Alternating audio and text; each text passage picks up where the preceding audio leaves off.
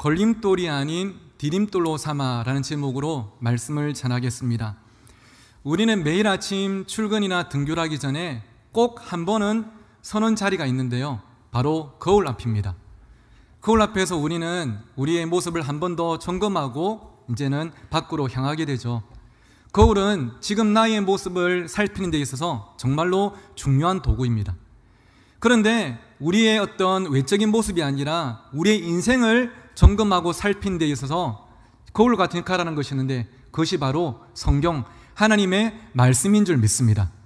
우리는 성경을 통해서 우리의 삶을 점검할 수 있고 내가 어디로 가야 하며 어떤 삶을 살아야 될지를 발견하게 되는 것이죠.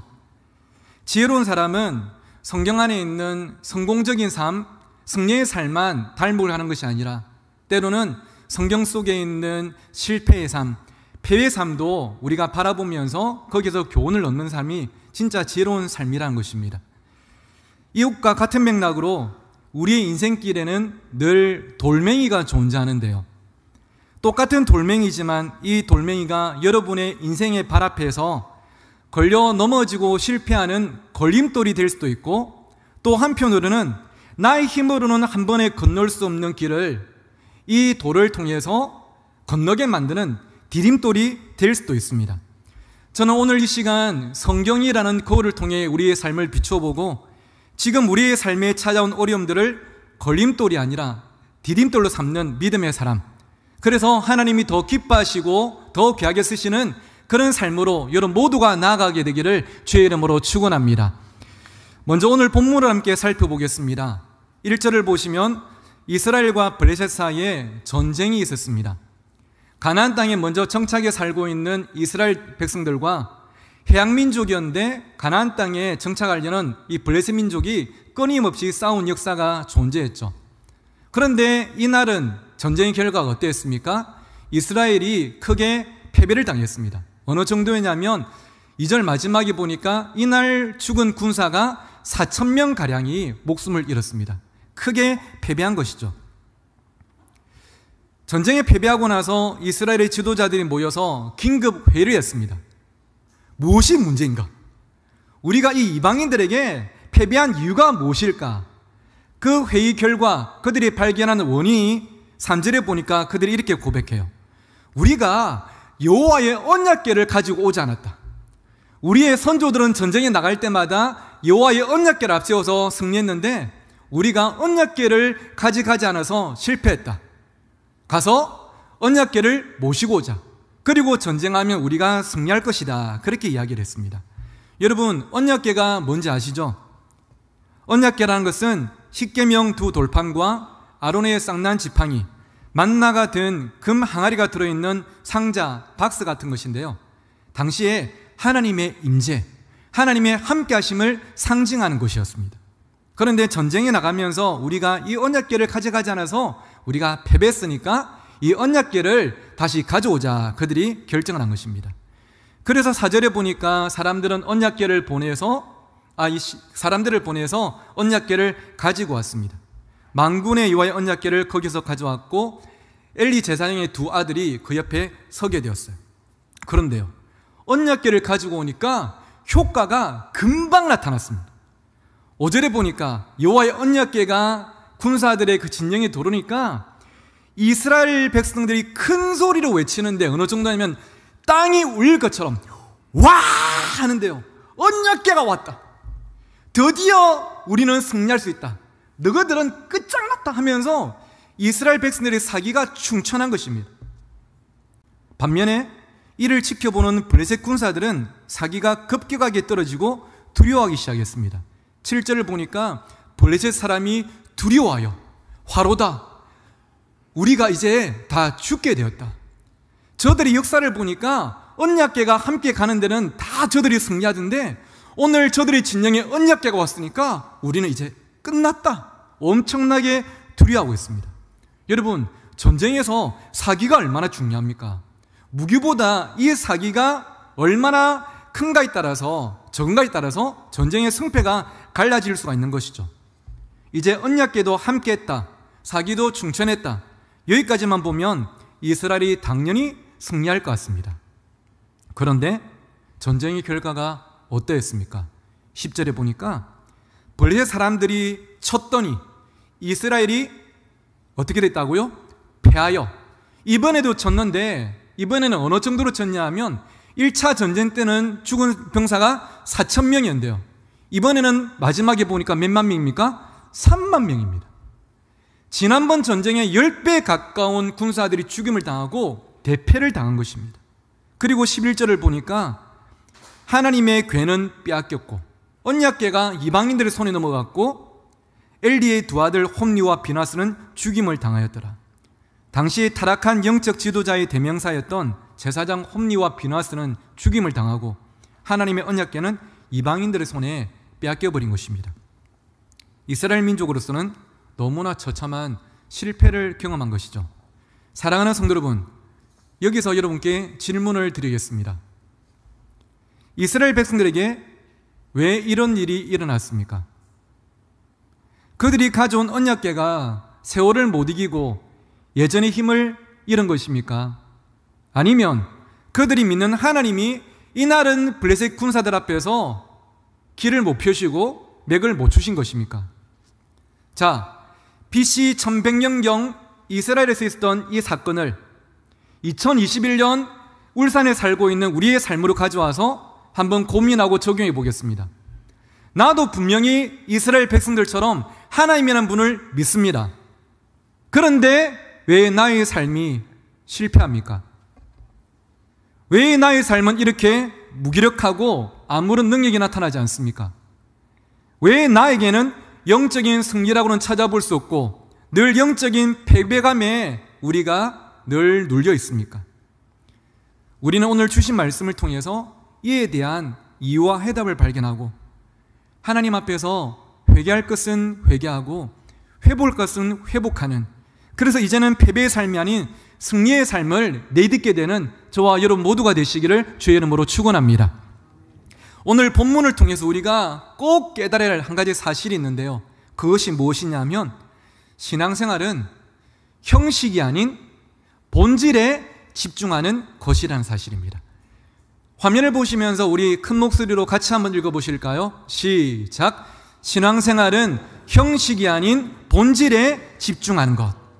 우리는 신앙생활하면서 믿음의 본질이 아닌 믿음의 형식, 조금 다르게 표현하면 믿음의 껍데기를 더 중요하게 생각할 때가 없지 않습니다.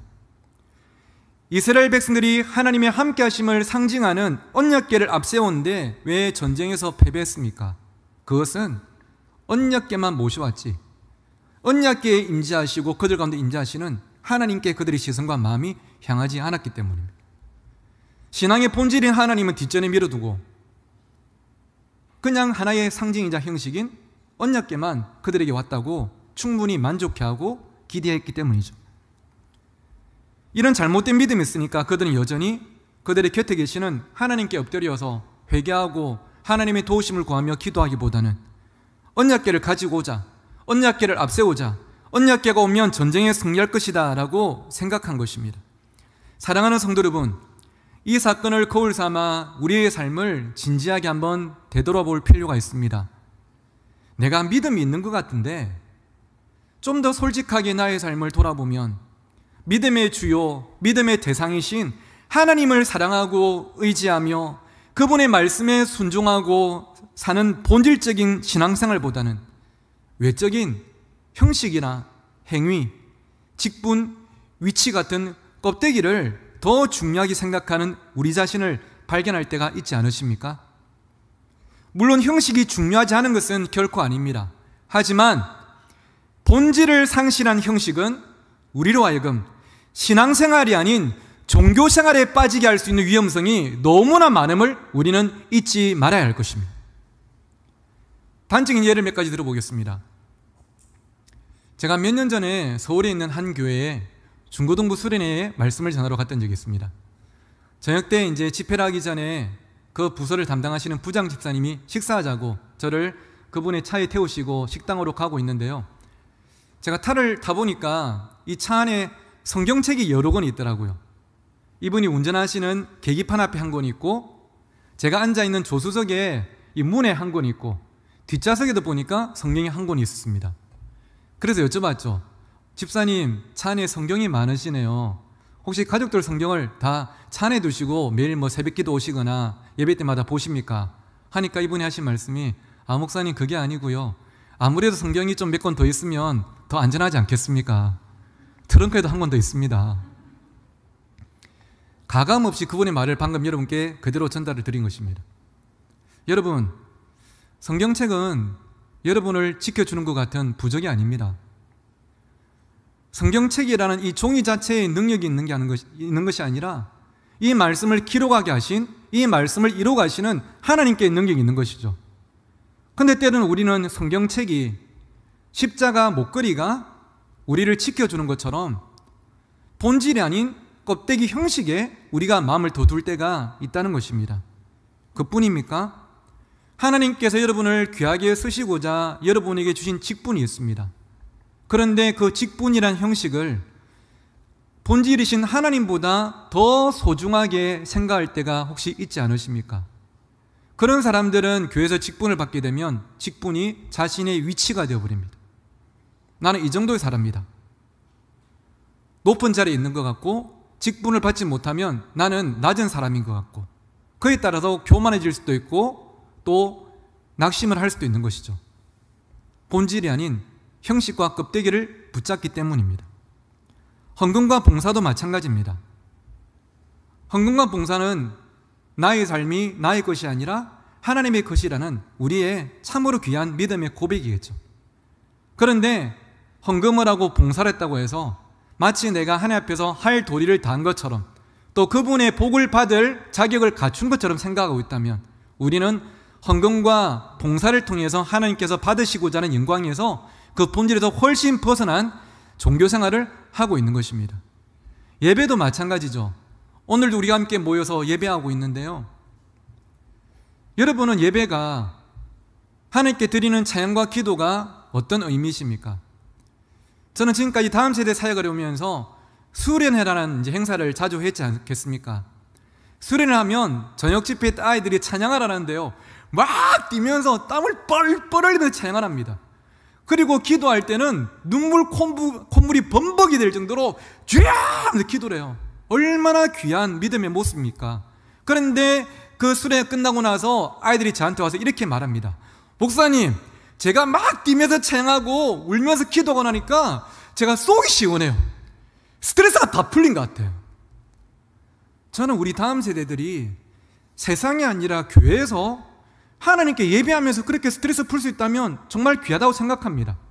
그런데 여러분, 나의 찬양과 기도의 대상인 본질이신 하나님보다 그냥 내가 한번 예배 때 마음껏 소리 내고 나니까 속이 후련하고 우울한 마음 좀 사라지고 힘이 나고, 그것이 예배의 본질이 되어 있다면, 그것을 우리가 은혜 받았다고 표현하고 있다면, 그건 역시도 우리는 본질이 아닌 형식에 매여 있는 그런 종교생활을 하고 있는 것이죠.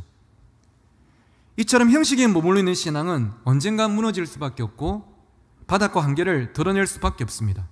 그런데요, 놀랍게도 안타깝게도 생각보다 많은 교인들이 본질을 놓치고 형식에 빠지는 경우가 참 많습니다.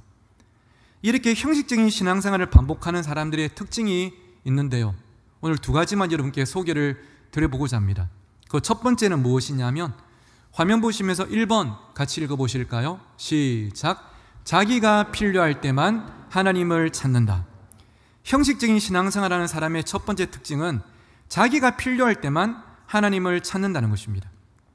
오늘 본문에서 이스라엘 백성들이 언약궤를 모시고 와서 전쟁에 나갔는데요, 여러분, 이스라엘 사람들이 평소에는 언약궤에 관심이 있었을까요, 없었을까요? 요즘 애들 말로 1도 없었어요. 언약궤가 뭡니까? 방치 상태였습니다. 그러다가 오늘 3절에 보니까 그들에게 전쟁이 터지고 실패하고 인생에 문제가 찾아오니까 뭐라고 합니까? 3절에 여호와의 언약궤를 실로에서 우리에게로 가져다가 우리 중에 있게 하자.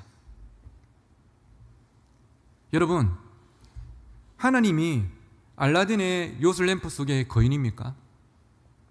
평소에는 찾지도 않다가 정작 자기들만 필요할 때 문제를 놔가지고 호출을 하고 나를 도와달라고, 이 문제를 해결해달라고.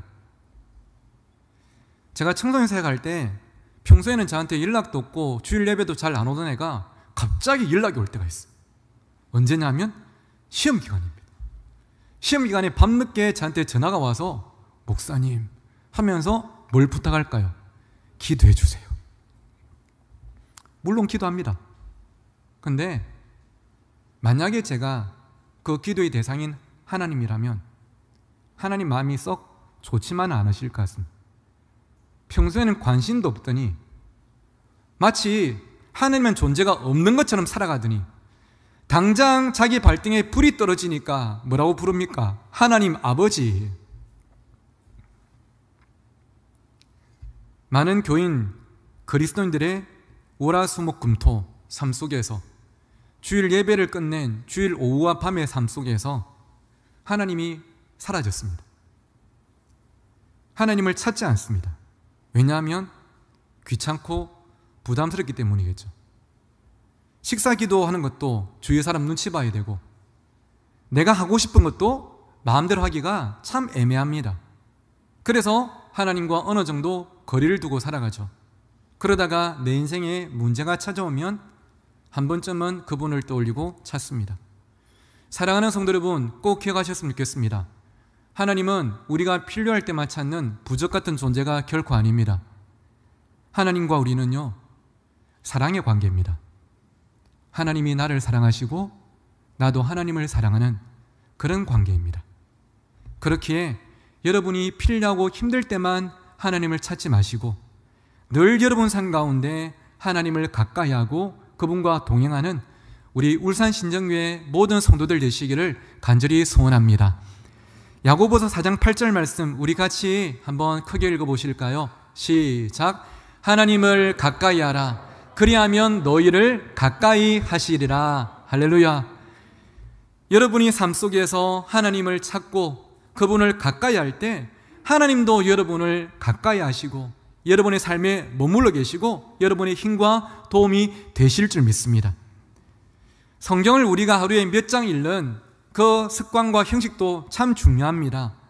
하지만 성경의 글자를 읽는 것보다 장소를 넘기는 것보다 더 중요한 것은 그 성경 속에서 나에게 말씀하시는 하나님 말씀에 우리가 진심으로 귀를 기울이고 그 말씀에 아멘 하면서 순종하는 것 아니겠습니까?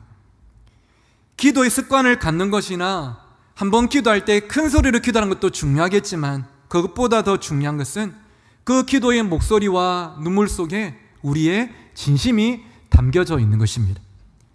또 우리가 직분을 받았다고 해서 하나님과 교회를 사랑하는 그 본질보다 직분이란 형식이 우리에게 우선되어서는 절대 안 될 것입니다. 내가 받은 직분이 무엇인가 그 명칭보다도 더 중요한 것은 하나님께서 나를 귀하게 여기셔서 주신 그 직분을 내가 어떻게 감당하고 있는가, 내가 이 직분을 통해 얼마나 하나님과 가까워지며 하나님을 사랑하고 있는가가 더 중요한 것이겠죠. 언약궤를 의지하지 말고 하나님을 의지하는 저와 여러분이 꼭 되기를, 겉으로 보이는 형식을 중요하게 생각하는 것이 아니라 믿음의 주요 온전하게 하시는 예수 그리스도, 그분을 더 사랑하게 되는 우리 모두가 되기를 주의 이름으로 축원합니다. 형식적인 신앙생활하는 사람의 두 번째 특징이 있는데요, 화면 보시면서 2번 읽어보시겠습니다. 시작. 실패의 원인을 하나님에게서 찾는다. 형식적인 신앙생활하는 사람의 두 번째 특징은요, 실패의 원인을 나에게서 찾는 것이 아니라 누구에게서 찾는다고요? 하나님에게서 찾습니다. 이스라엘이 블레셋과의 전쟁에서 패배하고 나서 이 패배의 이유를 찾는 중에 3절에 보니까 뭐라고 말합니까? 여호와께서 어찌하여 우리를 패하게 하셨는고. 여호와께서 어찌하여, 쉽게 말하면 여호와께서 우리를 패배하게 하셨다는 것입니다. 여러분, 너무나 당황스럽고 어이없는 책임전가 아닙니까? 전쟁은 자기들 마음대로 해놓고 하나님 한번 찾지도 않다가 실패하고 패배하고 나니까 여호와께서 어찌하여, 그 패배의 원인을, 실패의 원인을 하나님에게로 돌리고 있는 것이죠. 돌리라는 영광은 하나님께 안 돌리고 실패의 책임만 하나님께 돌리고 있는 것입니다. 사랑하는 성도 여러분, 이런 이스라엘의 모습이 오늘 우리의 삶 속에도 가끔 나타날 때 있지 않으십니까? 하나님과 상관없이 내 생각, 내 욕심, 내 계획대로 다 해놓고 실패하고 나니까 왜 하나님 안 도와주셨냐고 걸핏하면 하나님께 책임을 돌립니다. 사업이 잘 될 때, 건강할 때는 하나님을 찾지도 않다가 사업이 안 되고 병이 오니까 예수 믿어도 별 소용없다고 말을 합니다. 아이들은요, 평소에는 하나님을 찾지도 않다가 공부만 하다가, 그렇다고 또 공부도 더 열심히 하는 것도 아니에요. 지 마음대로 살다가 시험에 떨어지고 성적 잘 안 나오면 하나님 믿어봤자 별 소용없다고 그렇게 이야기를 합니다. 하나님을 의지하지 않고 자기 자신과 딴 걸 의지하고 살다가 실패한 게 하나님 책임입니까? 우리는 삶 속에 원치 않는 실패를 경험하게 될 때 하나님이나 주위 사람들을 탓할 것이 아니라 겸손히 겸하게 우리 자신을 돌아보는 인생의 지혜가 꼭 필요할 줄 믿습니다. 나에게 뭔가 해결해야 되는 문제가 있는 것은 아닌지, 나와 하나님과의 관계가 소홀했던 것은 아닌지, 내가 직장에서, 학교에서, 가정에서 최선을 다하지 않고 게을렀던 것은 아닌지, 그렇게 나 자신을 돌아보고 살핌을 통해서 하나님 앞에 다시 엎드리고 그분의 도우심을 구할 때 하나님께서 저와 여러분을 다시 회복시켜 주시고 실패의 삶, 패배의 삶이 아닌 성공의 삶, 승리의 삶으로 이끌어 주실 줄 믿습니다. 호세아서 6장 1절 2절은 그런 우리를 하나님께서 다시 부르시는 그런 말씀인데요, 화면 보시면서 여러분이 한번 크게 읽으시면 감사하겠습니다. 시작.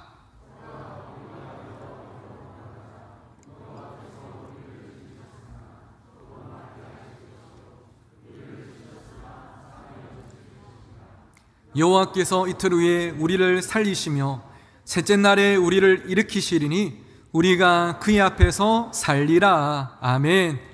하나님의 뜻대로 살지 않으므로 때로는 실패하고 패배하는 우리들이지만 우리의 잘못을 깨닫고 회개하고 하나님께 돌아가기만 하면 우리를 찌셨으나 도로 낫게 하실 것이요 우리를 치셨으나 다시 싸며 주실 것입니다. 그리고 우리는 그 하나님 앞에서 다시 살아나게 될 것입니다. 우리는 누구나 완벽할 수 없는 인간이기 때문에 때로는 실수도 하고 실패도 합니다. 하지만 이 실패를 영적인 거울 삼아 돌이키면 되는 것입니다. 오늘 설교 제목처럼 걸림돌이 아닌 무슨 돌로 삼으면 되는 것일까요? 맞습니다. 디딤돌로 삼으면 되는 것입니다. 회개할 것이 있으면 회개하고 회복할 것이 있으면 회복하고 하나님께로 다시 돌아와야 합니다. 그때 긍휼이 풍성하신 하나님께서 우리를 용서하시고 하나님께서 원하시는 삶으로 회복시켜 나가시는 것이죠. 우리는 지금 1년 8개월째 코로나19 상황을 정면으로 직면하고 통과하고 있습니다. 우리가 그동안 겪어왔고 지금도 겪고 있는, 어쩌면 앞으로도 더 겪어야 될 어려움들을 또 제가 굳이 자세히 설명드리지 않아도 다 이해하고 동의하시리라 생각합니다.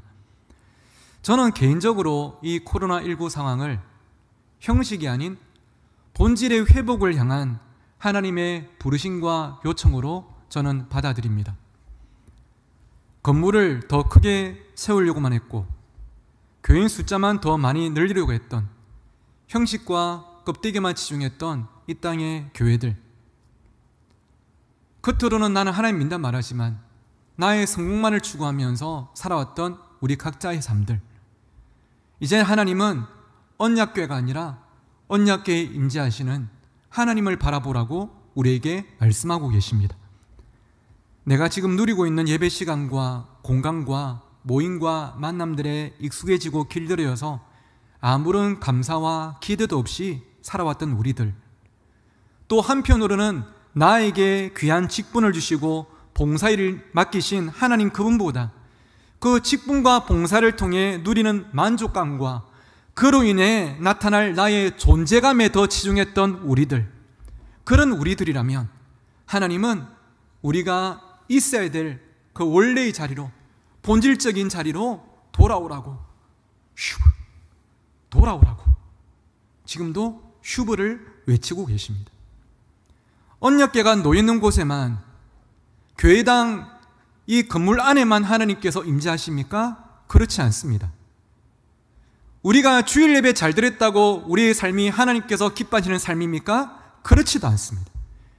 이곳에서 최선을 다해 예배를 드리고 나서 우리 각자가 가정에서, 직장에서, 학교에서, 도서관에서 우리 각자의 일상의 자리에서 한 명의 예배자로 살아갈 때에 그곳에 하나님의 영광이 다시 한 번 더 임하고 회복될 줄 믿습니다. 그래서 오늘 우리가 하나님께 드려야 될 가장 중요한 기도의 제목이 있다면, 하나님 나 잘 되게 해달라는 그 기도도 물론 중요하겠지만, 하나님 나의 삶이 또 하나의 예배가 되게 하여 주시옵소서. 형식을 벗어버리고 본질을 회복하게 하여 주시옵소서. 나중에 파송 예배 때 부를 임재라는 찬양의 가사처럼 하나님 이곳에 오셔서 이곳에 앉으소서, 이곳에서 드리는 나의 예배를 받아 주시옵소서. 이것이 우리의 한 번의 단회적인 찬양의 고백이 아니라 우리의 삶의 고백이 되기를 간절히 소원합니다. 오늘 설교를 준비하면서 제가 오래전에 읽은 글이 문득 생각이 나서 다시 찾아서 오늘 준비를 했는데요, 그 글을 읽어드리면서 말씀을 맺고자 합니다. 제목은 나에게 하나님은 항상 3등입니다. 나에게 하나님은 항상 3등입니다. 1등은 하고 싶은 일, 2등은 해야 하는 일, 3등이 하나님을 만나는 일. 하고 싶은 일 다 하고 해야 하는 일도 다 마치고 그 후에 여유가 있으면 나는 하나님을 만납니다. 그래서 하나님은 나에게 항상 3등입니다. 나에게 하나님은 항상 3등입니다. 내 힘으로 한번 해보고 그래도 안 되면 사람들에게 도와달라고 하고 그래도 안 될 때는 하나님을 부릅니다. 그래서 하나님은 나에게 항상 3등입니다. 하지만 하나님께 나는 항상 1등입니다. 무슨 일이 있어도 내가 부르기만 하면 하나님은 가장 우선적으로 나를 도와주십니다. 내가 혼자 괴로워할 때는 만사를 제쳐놓고 달려와 위로해 주십니다. 내 곁에 아무도 없다는 생각이 들 때면 어느샌가 내 곁에 오셔서 나와 함께 해주십니다. 나는 하나님께 언제나 1등입니다. 이제 나도 그 하나님을 1등으로 생각했으면 좋겠습니다. 늘 내가 1등인 하나님을 나도 1등으로 모시고 싶습니다. 여러분, 하나님을 나의 삶의 1등으로 삼고 하나님만으로도 행복했던 그때가 여러분 각자에게도 다들 있으셨죠. 그런데 방금 돌아보니까 그게 너무나 오래전 일이라서 언제였는지도 기억도 안 날 만큼 하나님을 3등으로 삼고 살아가고 있는 혹시 우리들은 아닙니까? 혹시 그랬다면 오늘 이 시간을 계기로 다시 그 하나님을 우리의 삶에 1등으로 초청하기를 원합니다. 하나님께 늘 불평하고 원망하던 잘못된 신앙을 버리고 하나님과의 관계를 회복하는, 그래서 미스바의 부흥이 여러분의 삶 속에도 꼭 일어났으면 좋겠습니다. 똑같은 고난의 시기를 지나고 있지만 이 시기를 걸림돌이 아닌 디딤돌로 삼아서 믿음의 본질을 회복하고 더 하나님 안에서 행복을 누려나가는 우리 울산신정교회 모든 성도님들 되시기를 주의 이름으로 축원합니다.